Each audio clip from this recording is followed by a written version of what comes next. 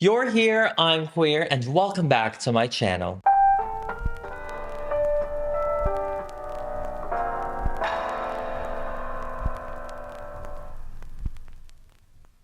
Make sure to check out my Birth of Ariel video before continuing to this one, just so you know what's up. I'm just here to give you guys some more notes and kind of like a review of what I think with the overall doll. And yeah, I hope you guys enjoy this bonus feature. This doll has been such a journey, but it was actually really fun. I mean, most dolls, especially in this scale and grandeur, will have a lot of trial and error. And for her, it was a lot of error, you know, because it was not.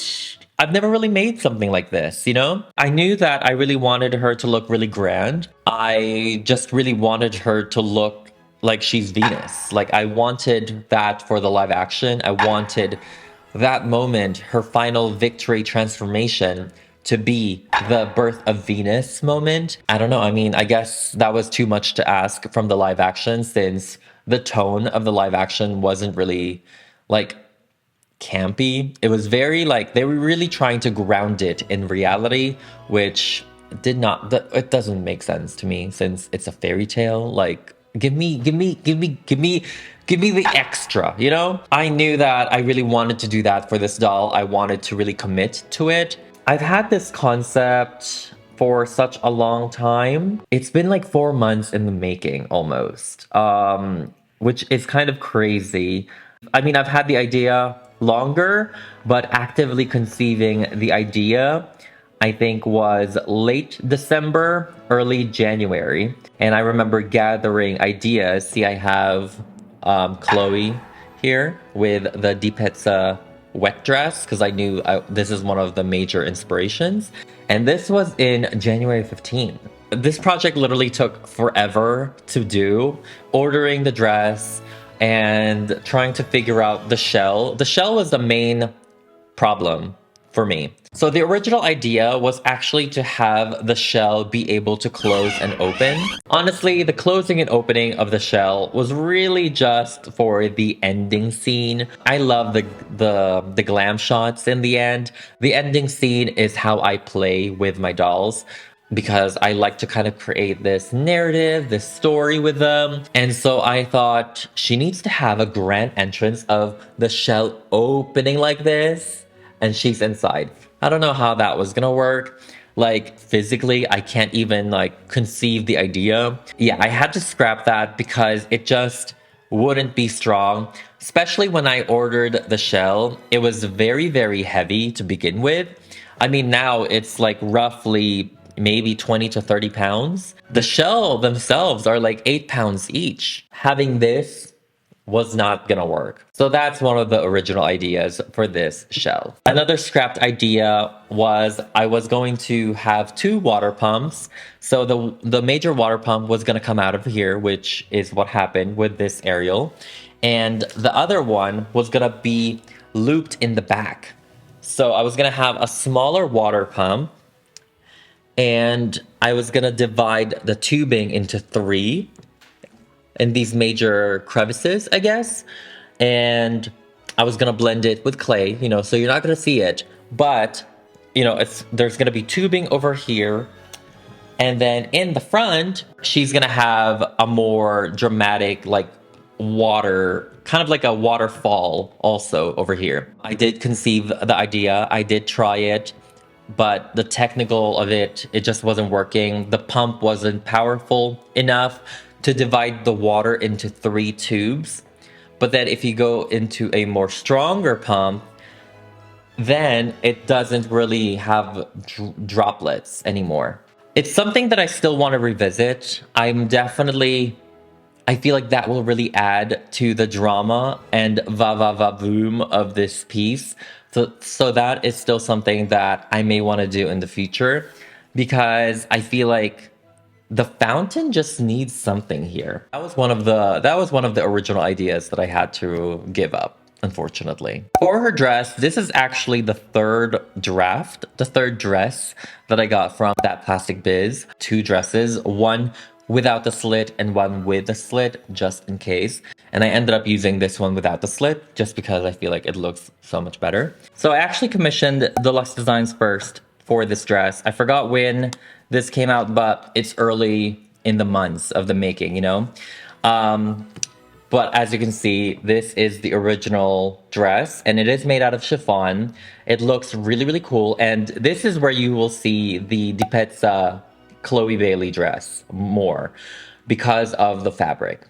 So the original idea was for me to actually dip the entire dress in resin, kind of like Simone in her crowning look, so that it will look wet all the time, so that the fabric will literally stick onto the doll's body, which then will give us the wet look and also give us a transparent look in some areas. That is pretty much the original idea. I got this because I was going to dye it in purple, like lavender. But then I saw this fabric. I have to get the dress made from this fabric. It's just more magical. So this was the very first dress, and I think it still looks so amazing. Heather did such an amazing job. I mean, look how this drapes. Like, this just drapes beautifully. These dolls really do take a lot of drafts and trial and errors to get into this point. And I also wanted to give some love to Miss Heather of Deluxe Designs for making this. The other idea I wanted to include for her was to put light literally behind the doll so that it just has like a halo effect. I really wanted her to look like a true goddess, like Venus. Like I wanted her to be Venus. And I thought having kind of like a halo effect behind her would really sell that idea a lot more. I was like, oh my God, I'm working with water right now and trying to make everything waterproof. If I then try to make an electrical something waterproof, this project will just go on forever. That was an idea for sure. So maybe in the future, I might have to like look up tutorials on LEDs and stuff like that. For the water fountain overall, I do wish that the water basin, like the base, was a little bit more elaborate. I feel like the one we went with is just not as ornate as I wanted it to be. Like the first vase planter was really perfect because, like I said, I feel like it gave it the Grecian Roman goddess vibe. The shape of it just didn't work, but I definitely like how that one had more details. Like there's lines, but I do prefer the overall shape of the base that we ended up going with. Overall, I'm really happy with how she turned out. I feel like composition-wise, I do prefer her because the basin is this wide, you know? I feel like that just creates a more grander look, silhouette-wise, versus this narrow thing. I knew while making her that I was gonna film her in the bathtub, rising from the water. Again, like I love focusing on the ending scene, even though that ending scene was literally like 2 seconds, 5 seconds. I was like, I'm gonna commit to this. And I really wanted to submerge her so that I can rise her up and you'll see like water splashing, blah, blah, blah, blah, blah. You know, it's like the Uma Thurman scene. Yeah, you know, it was such a hot mess. I had to green screen the bathtub completely. I had to fill it up with water. And because this thing is so heavy, I can't just like, I pretty much cannot raise it up and down like this. Like this would have been easy because then I would have been away from it, which would have been easier to green screen out. So I would have been able to do this if she was light. But I literally had to like double, like I had to hold her with 2 hands and I was like, you know, it was a struggle. I am just glad that she survived because the very first time I tried to submerge an Ariel doll was my very first Halle Bailey Ariel doll, which was this one. Oh my God, look at this. Look at this before and after, right? So this doll I actually submerged underwater as well in a fish tank because I wanted her hair to be like flowing and very grand and magical under the sea, whatever. And then the glue in her lashes started to reactivate. The glue on her tail started to reactivate. Like you literally see white outlines everywhere because the glue is reactivating. So I'm like, oh my freaking god, I cannot do that. So yeah. But I mean, she's still here. She survives. And it's really satisfying to see how grand this is compared to this. When I made this, I think in 2019, 2020, I was like, oh my god, this is so grand. It's so grand. The shell is so grand. Oh my god, it's so extra. Now we are here. And I thought, and wow, it's such a 180 from this, you know? Overall, I am really, really happy with how this doll turned out. It is really, really like crazy that I'm here.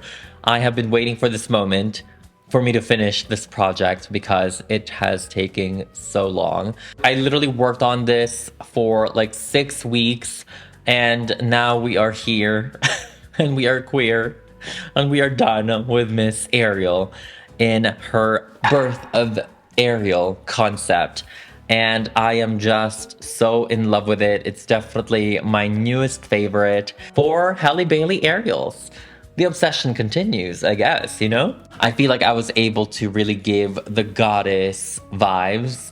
And I mean, she looks like she's in a shrine right now, you know? Thank you guys so much for being here. Watch me be queer. For all the love, all the support. I love you guys, and I'll see you on the next one.